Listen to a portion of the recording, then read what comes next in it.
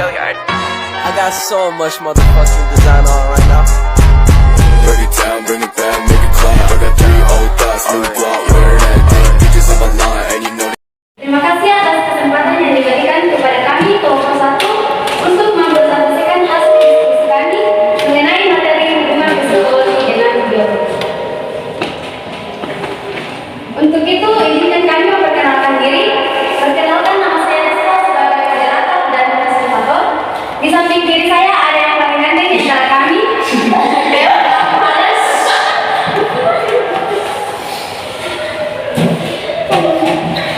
Dia sebagai presentator pertama. Di samping Valen ada Titin Kandaure. Dia sebagai presentator kedua. Di samping Titin ada Marichan Mana sebagai presentator ketiga. Di samping Marichan ada Risma sebagai presentator keempat. Dan yang terakhir adalah Rista Kristi Florenza sebagai presentator kelima. Sekarang kita akan masuk dalam materi. Untuk itu kami meminta kepada teman-teman untuk fokus dalam materi yang kami paparkan. Diharap jangan mengantuk. Sebelum masuk dalam intinya, kita harus mengetahui apa itu psikologi dan apa itu biologi. Psikologi secara etimologi berasal dari bahasa Yunani kuno, yaitu psiki yang berarti jiwa dan logos yang berarti ilmu. Sedangkan biologi berasal dari bahasa Yunani, yaitu bios yang berarti hidup dan logos yang berarti ilmu. Sekarang kita masuk dalam materi pertama, yaitu sejarah psikologi modern yang akan dibahas oleh saudara Valen kepada saudara Valen dipersilakan. Sejarah psikologi modern. Asal-usul bidang yang kita sebut psikologi dapat belajar dari 2 macam periode waktu yang terpisah sekitar 2000 tahun lamanya, sehingga sebuah titik awal yang bisa kita tentukan di sini untuk mempelajari sejarah psikologi akan membawa kita tentukan di sini untuk mempelajari sejarah psikologi akan membawa kita kembali kepada tulisan filosofis kuno mengenai berbagai persoalan yang di belakang hari dikelompokkan dalam sebuah disiplin formal yang kita kenal sebagai psikologi. Tetapi sebuah transformasi besar terjadi ketika para filsuf mulai menerapkan metode-metode dan perangkat-perangkat yang sudah terbukti berhasil dalam sains biologi dan fisika untuk mengeksplorasi hakikat manusia. Menurut Descartes, pikiran manusia itu bersifat non-materi, tidak memiliki substansi fisik, tetapi ia dapat bekerja dan melakukan proses-proses kognitif lainnya. Dia juga meyakini bahwa interaksi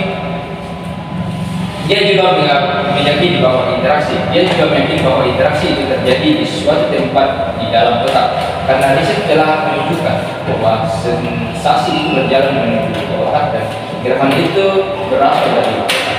Jelas sekali bagi Descartes bahwa otak adalah pusat dari fungsi pikiran. Baik, terima kasih. Selanjutnya adalah tujuan psikologi dan biologi yang akan dibahas oleh saudari Titin. Kepada saudari, tujuan psikologi dan biologi memahami hubungan psikologi dan biologi, dua ilmu yang saling berkaitan dalam memahami kehidupan manusia.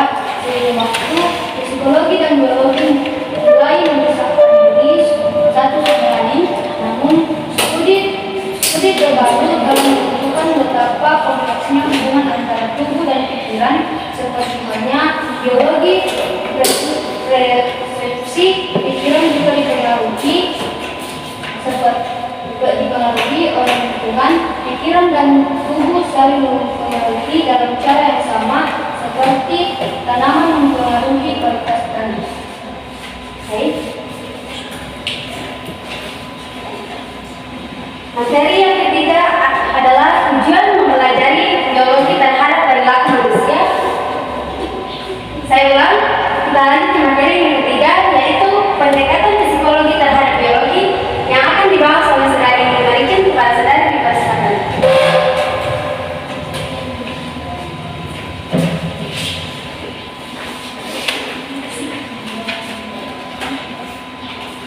Baik, terima kasih atas kesempatan yang diberikan kepada saya. Di sini saya akan membahas tentang pendekatan biologi terhadap psikologi.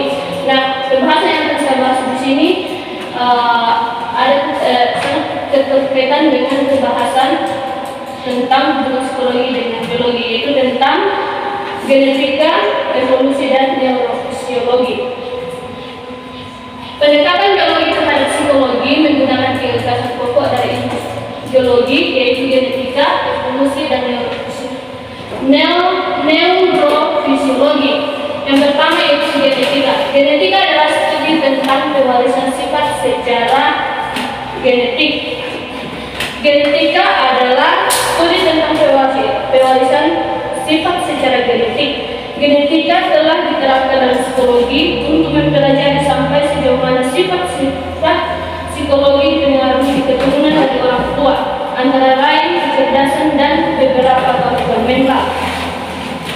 Nah, yang dimaksud dengan genetika ini adalah merupakan suatu pewarisan sifat dari orang tua, pewarisan sifat secara genetik, pewarisan sifat dari orang tua. Di antaranya yaitu kecerdasan dan beberapa gangguan mental. Nah, di antara ini yang pertama itu kecerdasan, yaitu kadang-kala kalau kita memperhatikan dalam suatu keluarga, ada dalam suatu keluarga yang anaknya ada yang pintar, ada yang setengah pintar, ada juga yang tidak bilang pintar, tidak bilang bodoh, pokoknya di bawah. Nah, itu merupakan salah satu contoh dari genetika, pewarisan sifat secara genetika. Dan yang berikut yaitu kecerdasan, itu gangguan mental. Beberapa gangguan mental diantaranya yaitu merokok. Merokok dapat meningkatkan depresi dan kecemasan selain memperburuk kesehatan fisik. Dan yang kedua, kegemukan berlebihan.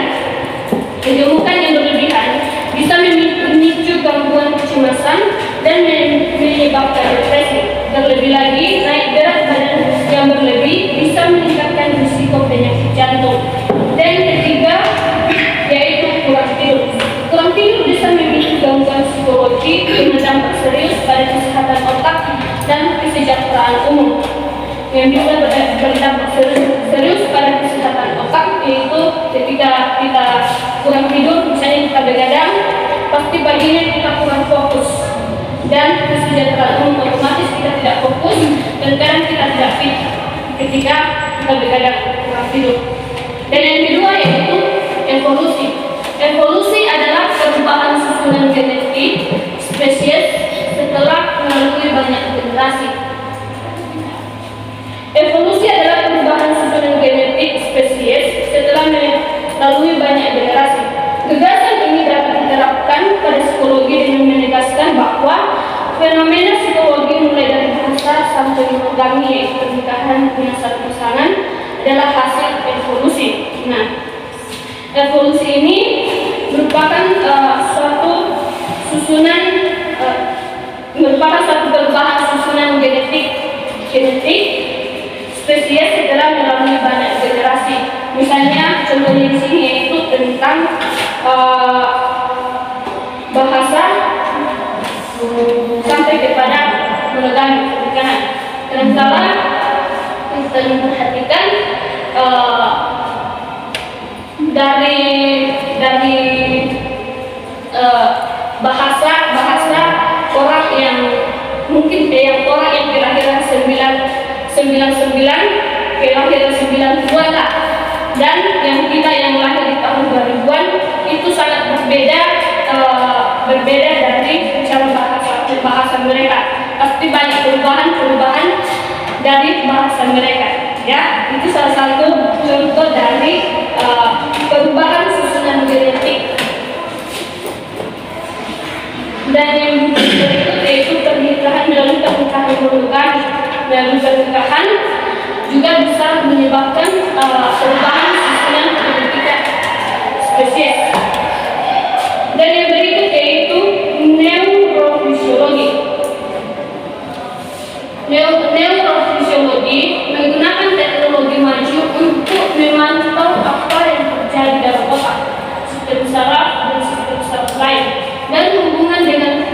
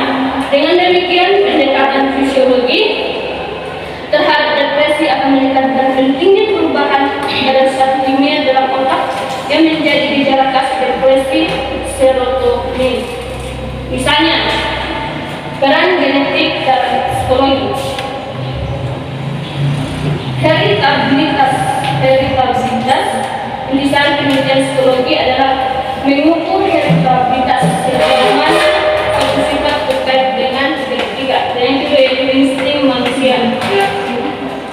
Ini adalah peran genetika dalam psikologi. Yang kedua yaitu insting manusia. Sebagian besar kejadian pada insting manusia seperti berkembang biak dan makan memiliki hubungan dengan genetika. Nah, itulah beberapa materi tentang pendekatan psikologi terhadap biologi. Sekarang Baik, terima kasih. Sekarang kita akan terangkan ke materi yang keempat, yaitu tujuan mempelajari biologi terhadap perilaku manusia yang akan dibahas oleh Saudari Risma. Kepada Saudari Risma, silakan.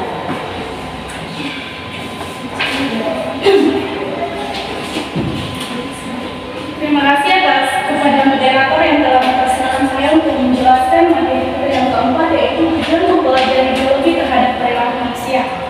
Sebelum kita masuk dalam inti pembahasan, saya ingin kita mengetahui mengapa kita penting untuk mengetahui tujuan dari penelitian mempelajari biologi terhadap perilaku manusia.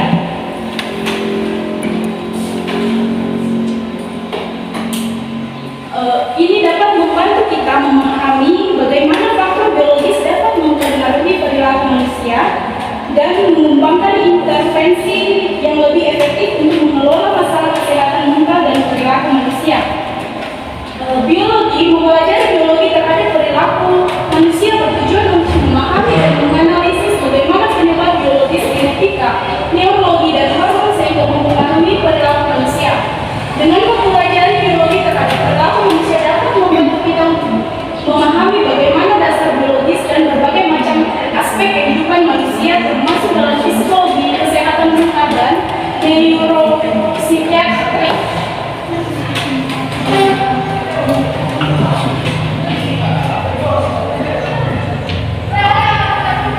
Nanti kita akan berada kita ke slide. Ada 5 poin tujuan utama dalam mempelajari biologi terhadap perilaku manusia. Yang pertama, memahami dasar biologis terhadap perilaku manusia. Ini dapat mencakup pemahaman kita tentang bagaimana struktur otak, sistem saraf, hormon, dan genetika mempengaruhi perilaku kita sebagai manusia. Ini dapat dengan pemahaman ini kita dapat mengidentifikasi faktor-faktor biologis yang berkontribusi atau bekerjasama pada perilaku manusia. Dan yang kedua, membantu diagnosia dan pengobatan gangguan perilaku manusia. Dengan pengetahuan yang lengkap tentang biologi manusia juga dapat digunakan dalam bidang kesehatan mental. Ini dapat membantu kita dalam diagnosis dan pengobatan gangguan perilaku seperti depresi, kecemasan, gangguan bipolar, dan gangguan neurologis lainnya. Yang lebih baik tentang biologi di balik gangguan tersebut, praktisi medis dan merancang rencana pengobatan yang lebih efektif. Dan yang ketiga, mendukung pengembangan terapi perilaku manusia, yaitu memahami bagaimana biologi mempengaruhi perilaku manusia dapat membantu dalam pengembangan terapi perilaku. Terapi ini dapat merinci metode yang lebih baik untuk mengubah dan mengatasi perilaku tertentu berdasarkan pemahaman tentang sistem biologis yang terlibat. Dan yang keempat, menyelidiki hubungan genetik dan lingkungan. Studi perkembangan biologi manusia membantu kita memahami bagaimana genetika dan lingkungan berinteraksi dalam membentuk perilaku. Ini termasuk memahami konsep genetik, di mana faktor lingkungan dapat mempengaruhi ekspresi genetik. Pemahaman ini dapat penting dalam mengidentifikasi faktor-faktor yang dapat meningkatkan risiko atau melindungi terhadap gangguan perilaku. Dan yang kelima, meningkatkan kualitas hidup. Sangat penting tujuan mempelajari biologi terhadap perilaku manusia, yaitu meningkatkan kualitas hidup kita sebagai manusia. Pengetahuan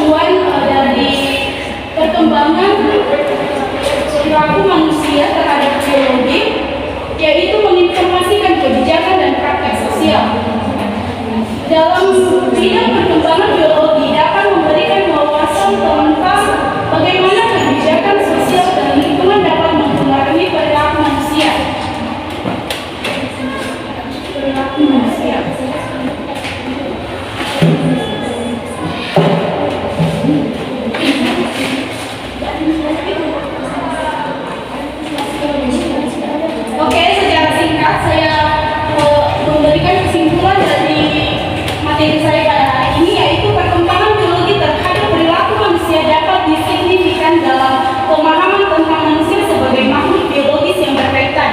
Jadi, dapat disimpulkan tujuan mempelajari biologi terhadap perkembangan manusia untuk mengetahui ilmu pengetahuan perkembangan dari berbagai ilmu seperti ilmu biologi, psikologi, kedokteran, dan ilmu sosial yang mendapatkan pemahaman yang lebih luas tentang perilaku manusia.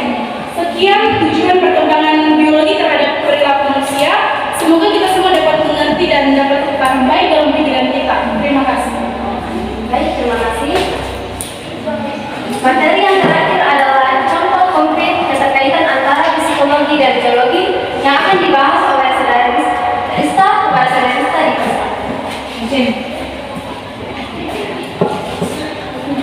Ya baik, terima kasih atas moderator yang telah mempersilahkan saya untuk membahas apa saja contoh konkret hubungan psikologi dan biologi dalam kehidupan sehari-hari. Jadi sebelum itu kita harus mengetahui biologi itu mempelajari kehidupan manusia dengan menitikberatkan perhatian dan penyelidikan aspek jasmania, karena keadaan jasmania dapat mempengaruhi keadaan rohani. Begitu pula sebaliknya, keadaan rohani itu dapat dilihat dari perubahan sikap jasmania. Contoh konkret keterkaitan antara psikologi dan biologi dalam kehidupan sehari-hari itu yang pertama kita bisa melihat seorang ibu yang sedang hamil. Bagaimana seorang ibu yang sedang hamil? Kita bisa melihat kalau seorang ibu yang sedang hamil itu asupan vitaminnya kurang, itu bisa menyebabkan kepada janinnya dan kepada ibu sendiri. Biasanya ibu hamil sering mengalami sakit perut itu karena asupan vitaminnya itu kurang, dan juga itu bisa menurun kepada anak yang dikandungnya. Kita bisa melihat kebanyakan anak-anak itu kalau dia kurang asupan vitamin, anak-anak itu biasa ada yang lemah fisik dan lain sebagainya. Yang kedua itu pada usia sekitar 6 hingga 11 tahun, di mana anak-anak usia sekitar 6 hingga 11 tahun ini memiliki proses berpikir yang logis, penguasaan keterampilan membaca, menulis, berhitung, serta kemajuan mereka menerapkan moralitas dalam hidup mereka dan hubungan persahabatan mereka di lingkungan sekitar mereka berada. Dan yang ketiga, yang terakhir, yaitu periode remaja berlangsung semenjak hingga 11 sampai 18 tahun. Kita bisa melihat periode remaja berlangsung semenjak hingga 11 sampai 18 tahun ini adalah mengawali transisi ke masa dewasa. Itu bisa kita lihat oleh pubertas yang berkembang dari antara ukuran tubuh manusia disertai kedewasaan sosial. Dan inilah contoh konkret keterkaitan antara psikologi dan biologi.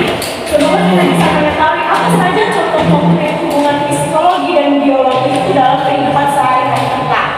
Terima kasih. Baik, terima kasih. Dari materi yang kami bahas tadi, kami dapat menyimpulkan bahwa pada dasarnya peristiwa psikologi terkait dengan aktivitas otak sistem saraf. Otak manusia memiliki lebih dari 10 miliar sel saraf dan jumlah interkoneksi yang hampir tak terbatas. Pendekatan biologi untuk mempelajari manusia dan spesies lain berusaha menghubungkan perilaku yang terlihat dengan peristiwa di otak dan sistem saraf. Pendekatan ini mencoba untuk menentukan perilaku dan mentalitas yang berdasar pada neurobiologis. Baik, sekarang kami akan membuka sesi tanya jawab. Di dalam sesi ini kami hanya membuka satu sesi yang terdapat 4 penanya. Untuk itu kepada teman-teman yang ingin bertanya kami persilakan, karena malu bertanya sesat tidak. Sekarang kami akan membuka sesi tanya jawab. Di dalam sesi tanya jawab ini kami hanya membuka satu sesi yang terdiri dari 4 penanya. Untuk itu teman-teman yang ingin bertanya kami persilakan, malu bertanya sesat tidak. Kelima penanya. Jangan penanya pertama. Baik, silakan. Baik, terima kasih. Di sini saya akan bertanya tentang ilmu apa saja yang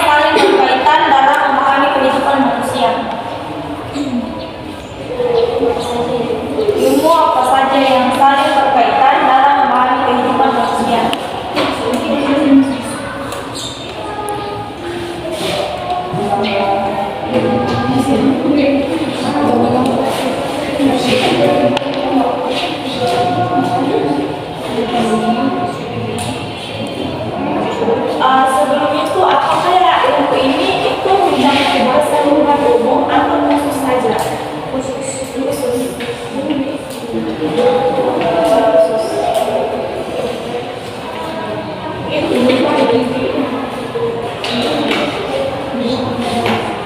Baik, yang pertanyaan kedua dari saudara Yesus. Oke, terima kasih atas kesempatannya. Pertanyaan saya hanya ini gampang sih. Pertanyaan saya, apa yang menyebabkan biologi dan psikologi itu saling memisahkan diri? Terima kasih.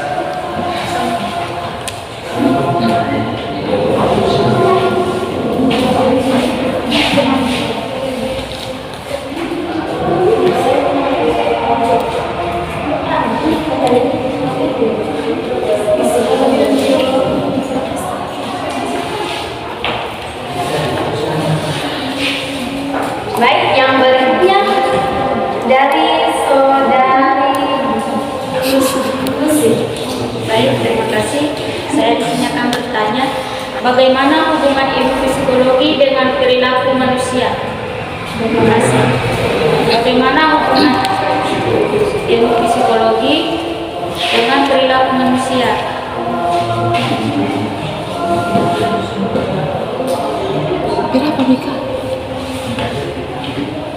Pertanyaan yang keempat dari saudari Seprita. Baik, perkenalkan nama saya Putri Sari dari Pondok. Yang saya menanyakan, mengapa merokok itu masuk dalam kategori hal yang menyebabkan depresi dan kecemasan?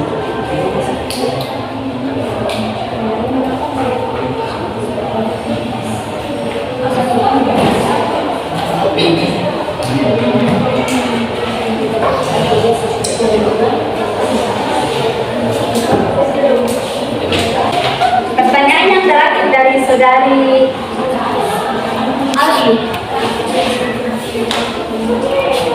Jelaskan secara singkat apa yang menyebabkan psikologi dan biologi mulai memisahkan diri dari satu sama lain.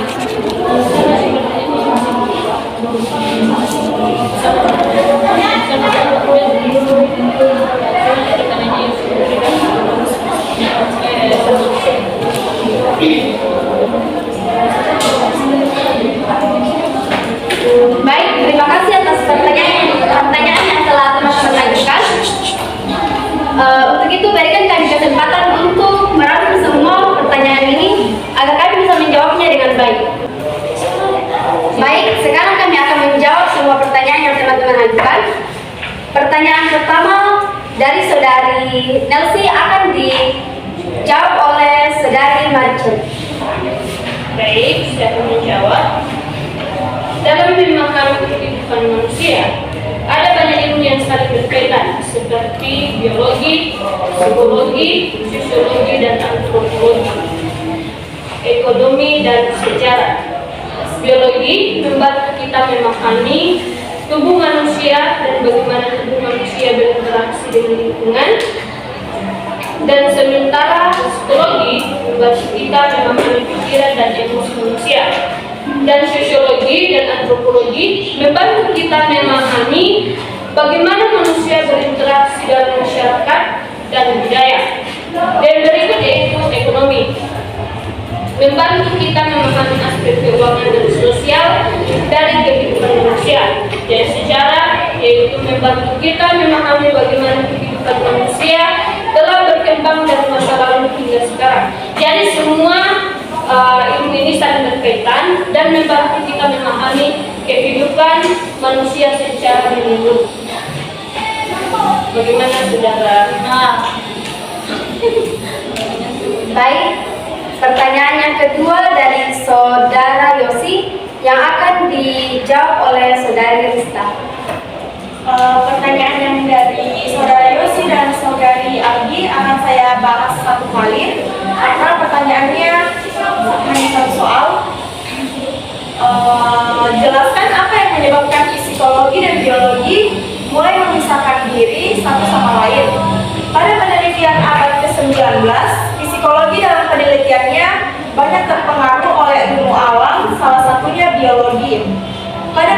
Pada dasarnya, secara prinsipal dan metodik sangat berbeda dengan IPA. Sebenarnya psikologi dan biologi itu saling berhubungan karena biologi berpengaruh terhadap perkembangan psikologi makhluk hidup, tetapi biologi lebih mempelajari jasmaninya manusia atau anatomi, sedangkan psikologi itu lebih mempelajari kepada kejiwaan. Sehingga para ahli menyadari adanya perbedaan kajian sehingga menjadi dua subjek ilmu terpisah, tetapi di dalamnya tetap menjadikan manusia sebagai objek formal. Meskipun mereka saling melepaskan diri satu sama lain menjadi sebuah disiplin ilmu, mereka tetap saling berhubungan. Terima kasih. Apakah saudara Yosia dan saudari Aldi dapat mengerti? Terima kasih. Baik, selanjutnya adalah pertanyaan dari Lucy yang akan dijawab oleh saudari Lucy. Oke, terima kasih atas pertanyaannya. Pertanyaannya, apa hubungan antara penelitian ilmu psikologi dan perilaku manusia? Tentu saja, penelitian ilmu psikologi dapat membantu kita untuk memahami perilaku manusia dengan lebih mendalam dan ilmiah. Ilmu psikologi dapat membantu mengidentifikasi faktor-faktor yang mempengaruhi perilaku manusia seperti faktor psikologi, lingkungan, dan pengalaman. Selain itu, penelitian ilmu psikologi juga dapat membantu mengembangkan program intervensi yang efektif untuk memodifikasi perilaku manusia yang tidak diinginkan atau merugikan. Dalam memahami hubungan antara penelitian ilmu psikologi dan perilaku manusia, kita juga dapat mempelajari tentang berbagai teori psikologi yang menjelaskan perilaku manusia seperti teori belajar, teori kognitif, dan teori perkembangan. Semua ini dapat membantu kita memahami perilaku manusia dari berbagai sudut pandang dan membantu mengembangkan strategi yang efektif untuk memodifikasi perilaku manusia. Apakah saudara Lucianti mengerti dengan penjelasan saya? Oke, terima kasih. Yang terakhir adalah pertanyaan dari Setrito yang akan dijawab oleh saudara Valen. Ya, terima kasih. Saya menjawab dan sebutkan mengapa rokok dapat mempengaruhi kondisi mental manusia. Dan melihat bahwa rokok dapat meningkatkan depresi dan kecemasan, selain itu memperburuk sistem fisik. Kalau kita bisa melihat dari rokok itu mengandung beberapa zat, pertama yaitu nikotin dan tar. Tar itu yang biasa digunakan untuk aspal ya, dan nikotin itu bersifat dapat meninggalkan otak, tapi ada di balik itu ada efek sampingnya seperti contohnya jika seorang sudah kecanduan merokok, jika dia tidak mempunyai rokok lagi, dia akan mencari atau berusaha untuk supaya dia bisa merokok. Jadi itu yang mempengaruhi mentalnya, atau yang membuat dia cemas karena dia cemas karena tidak merokok lagi. Terima kasih. Apakah saudara kita menerimanya? Baik, terima kasih atas perhatian teman-teman semua. Sekian hasil presentasi dari kelompok kami. Jika ada tutur kata yang kurang berkenan di hati, mohon dimaafkan. Karena kami hanyalah manusia biasa, karena yang sempurna hanyalah milik judul lagu Sempurna oleh Andra and the Backbone. Terima kasih.